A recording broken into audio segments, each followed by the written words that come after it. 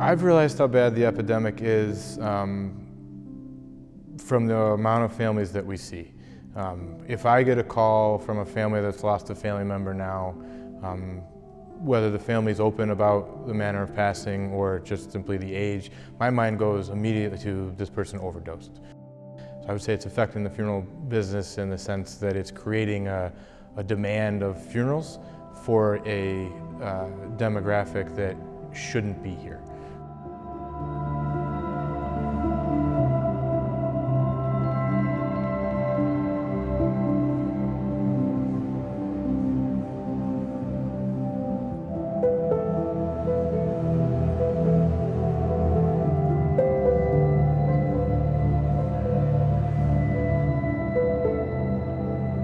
The way I got involved with this epidemic, the opioid epidemic, is losing a son. He hurt his back and was given an opioid pain med, and that's what turned his tables. He chewed it instead of took it like prescribed, and he said from that point on is when he was hooked. My daughter was a beautiful, talented, compassionate young lady. She ended up, and this is, the drugs got more dangerous. She started using psychotropics, LSD, mushrooms, and eventually Dilaudid, and eventually she started experimenting with heroin at that point. So that weekend,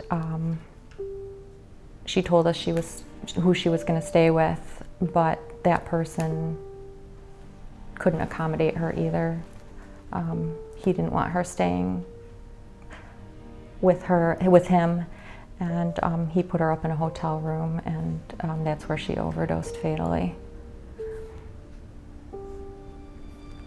We found him the day before Christmas Eve on 2016 on the floor.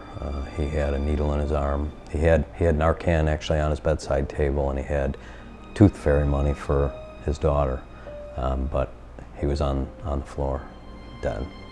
When you got 195 deaths last year, and the year before we had 220 deaths, and the year before that 169 deaths, and those add up real quick, and these are human souls. So people are starting to understand this is an epidemic that'll touch any one of us at a moment's notice, that this is happening everywhere, every demographic, every economic, social part of our community is being touched by this.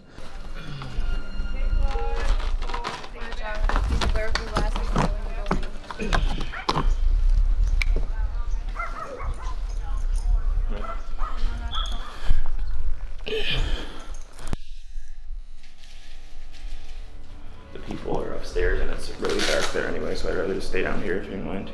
That's all right with you?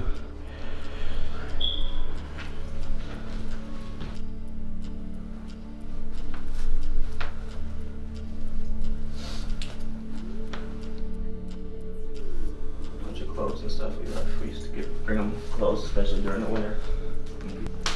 Caps, you got these drugs come in these little things. These are cookers, Q-tips for cotton, for shooting them.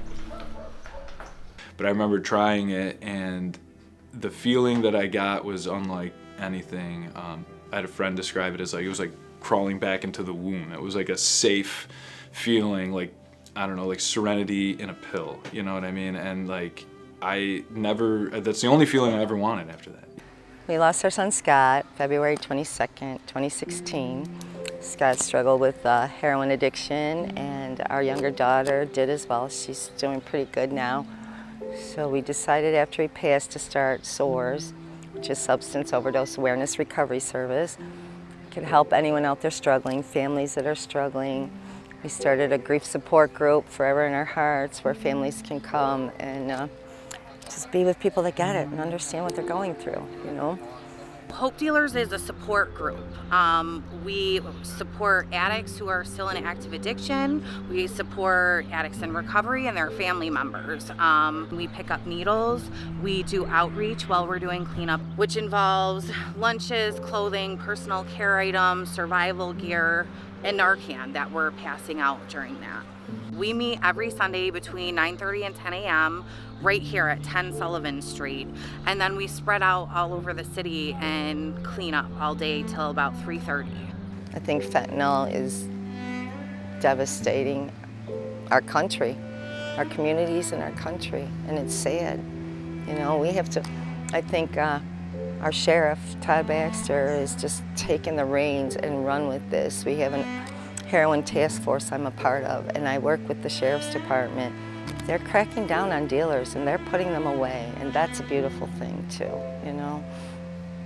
I think it's very clear. If you go downstairs in our building, you'll see signs all over our building, and it says, you know, if you're selling dope on the streets of Monroe County, we're coming for you. And we're quite frank about that. And we don't say that to be vogue. We don't say that to be rogue. We don't say that to be antagonistic. But you are selling dirty dope that's killing other people, and we cannot tolerate that. You know. And then for the people that are stuck in the addictive state, we've said it before. We're here for you. We understand that you're not trying to commit criminal intent. You're trying to survive, and if we get you in the backseat of a police car with handcuffs, we are now looking at you. Can we do other things with you besides just put you inside the Monroe County Jail? Are there other ways we can get you into treatment? For anyone out there, you know, who's suffering from addiction, you know, please get help. There is life after recovery. Recovery is possible.